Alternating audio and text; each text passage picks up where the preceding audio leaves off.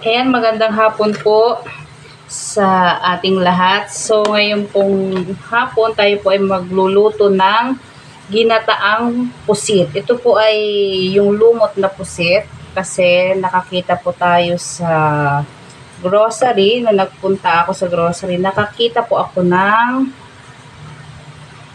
pusit na lumot. Ayan. So, at saka sariwa siya. Hindi ko muna hinugasan na sa ganun, makita po ninyo yung texture. Ayan. So, sariwa pa yung pusit, kaya masarap gataan. Napakadaling lutuin. Ayan. Si pusit na lumot, syempre gata. And then, imamagic natin para mas sumarap. Then, mag-a-add lang tayo onting salt mamaya. Ito sibuyas, bawang, siling green, tanglad. Kumuha lang ako doon sa paso ng tanglad. Kasi hindi naman kailangan masyado marami para pantanggal lansa. Siyempre, luya. Importante po ang luya na sa ganun bumango at mawala yung lansa ng ating pusit. So, hindi naman po ito lahat ilalagay ko yan. Una, lilinisin ko po muna yung ating pusit and then saka natin siya i-chop. Tatanggalin ko po yung yung balat. Ayan, madali lang naman po yan matanggal. Ayan, gaganunin ko lang siya. Ayan. Pero, pwede rin pong huwag nang tanggalin. And then, saka natin hihiwain. So, lilinisan ko po muna mga kaibigan. Na mga kaibigan, tinanggal ko yung yung kanyang skin. Pero dito sa ulo, no need na po yan. Ayan. So, yung kanyang ulo. Sariwa-sariwa po yung pusit na nabili ko, kaya bagay siya pang gata.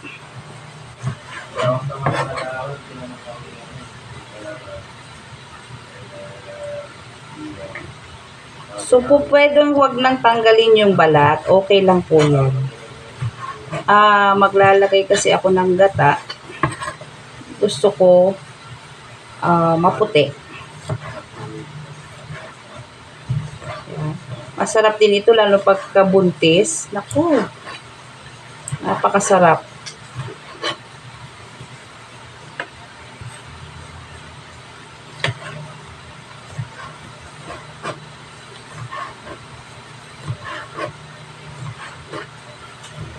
Kaya minsan pag bumibili ako nito, yung medyo maliliit, basta buntis. Kaso wala. Walang buntis na nabili ko. Maski doon wala. So ayan. And then i-drain ko siya para matanggal yung excess water. Okay. Ayan. Ito yung lutuan na 5 minutes luto na yung ating pusit.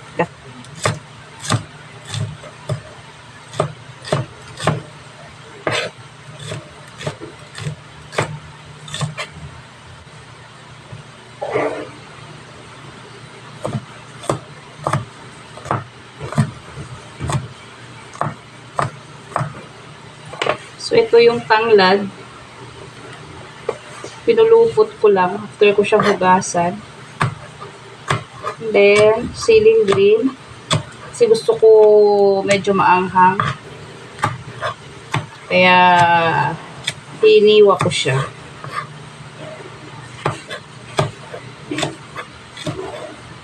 Ayan. So, done na po tayo. At tayo po mag-start magluto mga kaibigan. Ayan, may pinainit na po akong pan dito and then maglalagay lang po ako ng oil para maigisa po natin si sibuyas, bawang at luya. Tsaka igisa po natin si siling green. So, unahin po natin yung ating bawang at luya.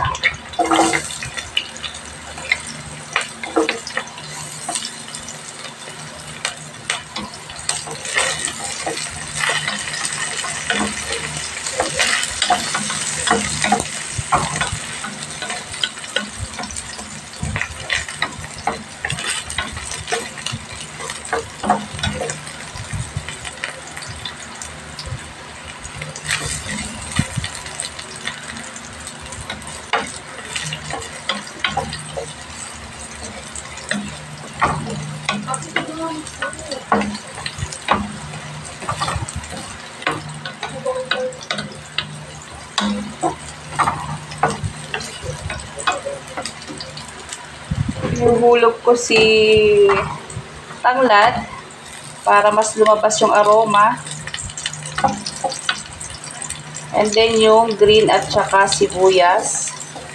Yan.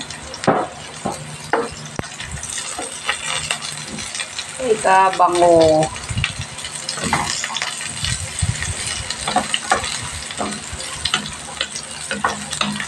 Tulad nga po na sinabi ko kanina, ito po ay napakadaling lutuin. So, bagay na bagay po sa mga walang time magluto. Ako dito sa bahay, talaga pinipili ko yung mga medyo madaling lutuin. Tulad ng isasalang mo dyan, hayaan mo hanggang lumambot and then titiklaan. Ganun kasi, busy po ako sa bahay. Hindi po ako pwedeng magtagal sa kusina. So, ayan. Mapapansin po natin, medyo nalanta na si lemongrass. So, ilalagay ko na po yung ating pusit. Ayan, sarap. Bango.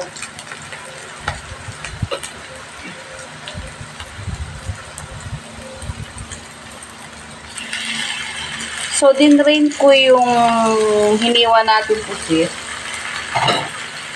Nasa ganon, hindi siya magtubig gaano. Kasi ang gusto ko, yung gata lang pinakasabaw o pinaka-cream niya. Ayan. And then, lalagyan ko na ng pamintang pino.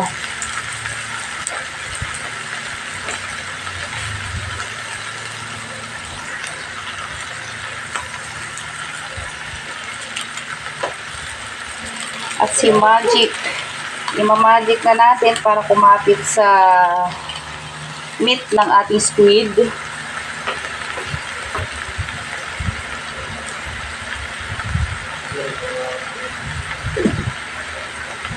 And then, onting salt.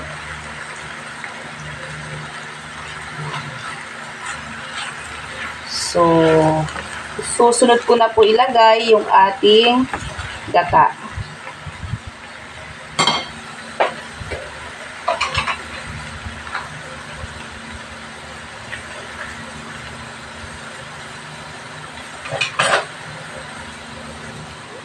Kasi hindi pwede magtagal sa apoy ang pusit. Pagka na-overcook, tumitigas. Ayan.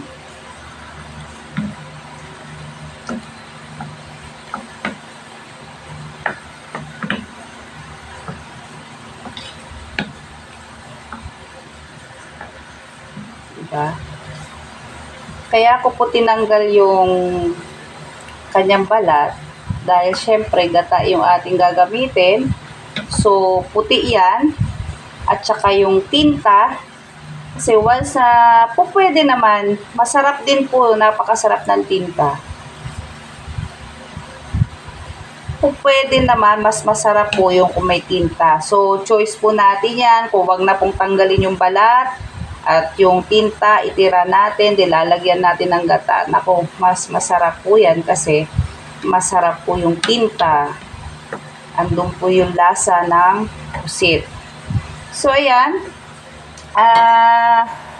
Pwede ko siyang takpan, total malalim, para hindi mamuo yung ating coconut milk. Pwede ko siyang takpan. And ng mga 5 minutes, then okay na siya.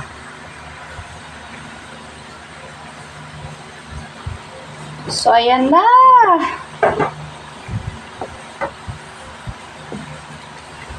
Yan.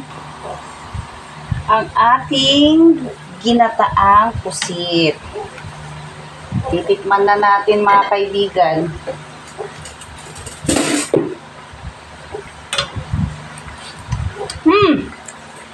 Grabe. Sarap ng amoy ng tanglad tsaka luya.